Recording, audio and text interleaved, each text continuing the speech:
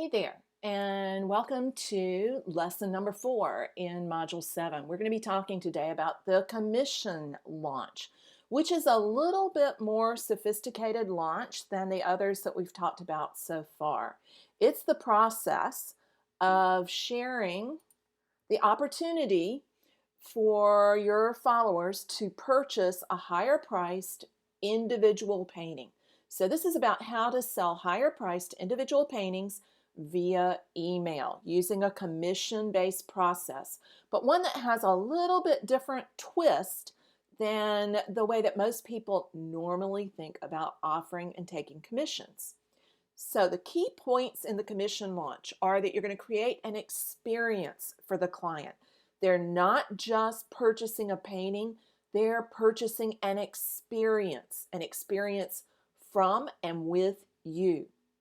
Second key point is that it's personalized, that you're going to create a personal experience for your client in some way, shape, or form. Third key point is a feeling of exclusivity and uniqueness. This is what allows you to charge a higher price for a painting that is of the same size as others that you might be already creating.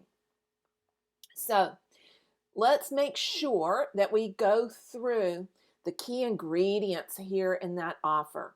That you're going to create a personalized experience for the client, that there's that feeling of exclusivity.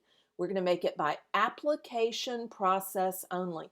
That alone will elevate the value of what your offer is. And you have to remember that in a commission setting, your price is going to be 2 to 3 times more than your normal price for that same size painting. And this is for a variety of reasons. One, that you are more involved in the process. So there's a back and forth give and take process between you and the client that requires more time. And number 2, because of that personal experience that you're creating.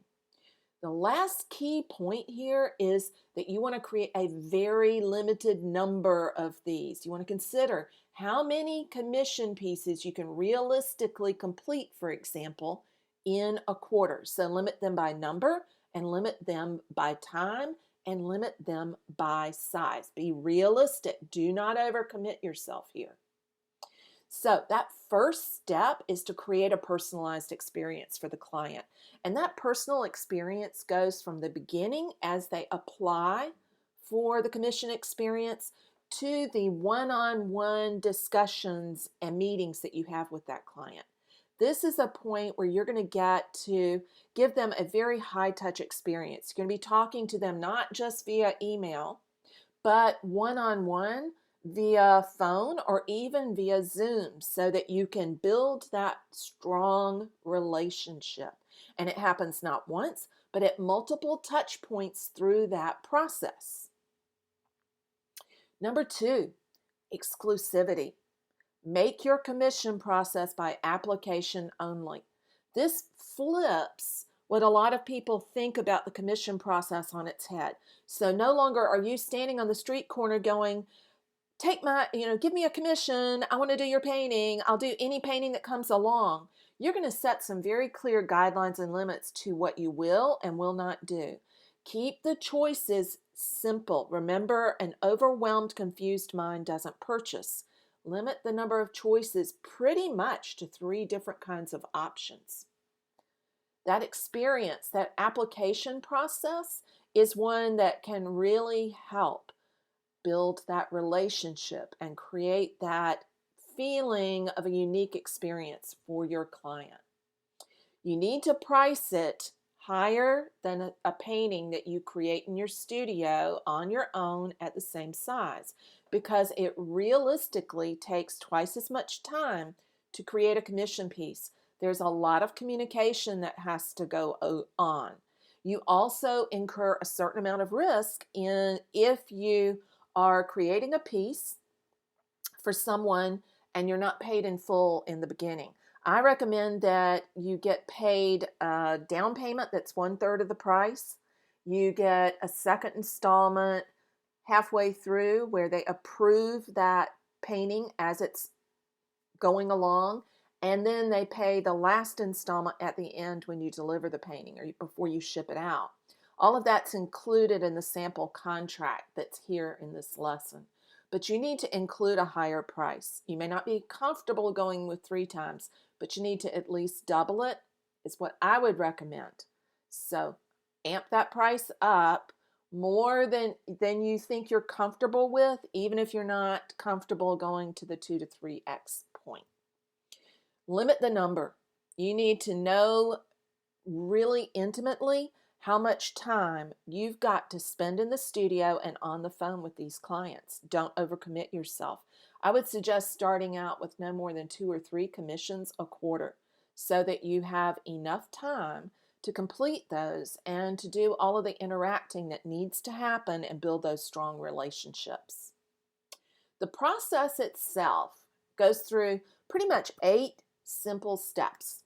Number 1 is to send out an enticing email that describes the experience and announces what's coming. You want to let your entire list of collectors know about the opportunity. Don't underestimate the potential of the people already on your list to be interested in the unique customer experience that a commission piece offers. So send it to your whole email list and really work on crafting an intriguing, enticing email. That email, and you could even make it just a Facebook or Instagram live post, but that email lets your audience know what you're doing, why you're doing it, and how a commissioned painting can transform their space, their lives, and create a unique experience. Then at the end of that email, you're going to give a call to action so that they know what to do next if they're interested in finding out more about commissioning a painting and applying for that process. So that call to action asks those who are interested to complete an application survey, an application form. Be sure to include a deadline with that application because we all know that we all procrastinate, and if you don't have a deadline, they're not going to complete the application form. So step number 2 is that invitation to the application survey or form. So you're going to create an application page. You can use something like SurveyMonkey, Survey Gizmo, or Google Forms. Google Forms is free to create a very simple multi-step application process. I would not put it all on the same page. I would put 1 question per page so that they click to advance the form. It makes micro commitments along the way. You'll want to take some time to brainstorm questions that really give you a complete picture of what the applicant is looking for. So here's some sample questions and topics to address. Now, this first one, this needs to be in every single one that you might do. Full name and contact info of the applicant. You need to know who they are and how to contact them, get back in touch with them again. So you need their email and their phone number. Number 2 would be like a commission timeline, when you would like the client would like to have it delivered and what your own timeline might be. Number 3 is to provide some detailed dimensions about what possible commission sizes you have available. I would suggest commission sizes rather than simply taking suggestions from the client. I would give them no more than 3 different options, and you can provide the price right there along with the option size. Then I would ask them for a description of the subject that they're looking for, or else provide the subjects that you're willing to work with them on.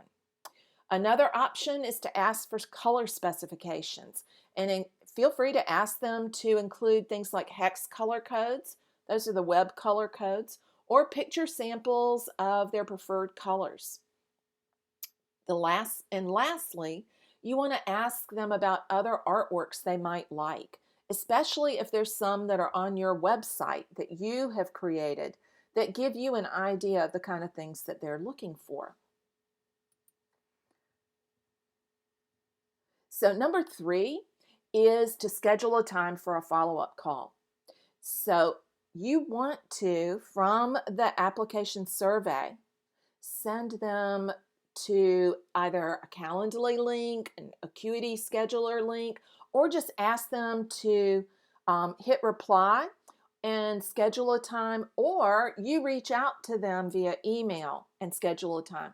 However you decide to go about it, you want to follow up with everyone who has expressed any interest in applying but hasn't applied yet. You want to get as many people as possible into that application process. Then, once you have had people apply, you want to read through the applications and you want to kind of put them in some sort of order. Look at the ones that you think are promising and then interview them. Schedule and host interviews via phone and close the sale. So what I mean by doing that is when you schedule the follow-up phone interviews, you want to make sure you're only doing this with people who are the right fit. If your gut is telling you somebody's not the right fit, trust your gut. You don't need to overthink this.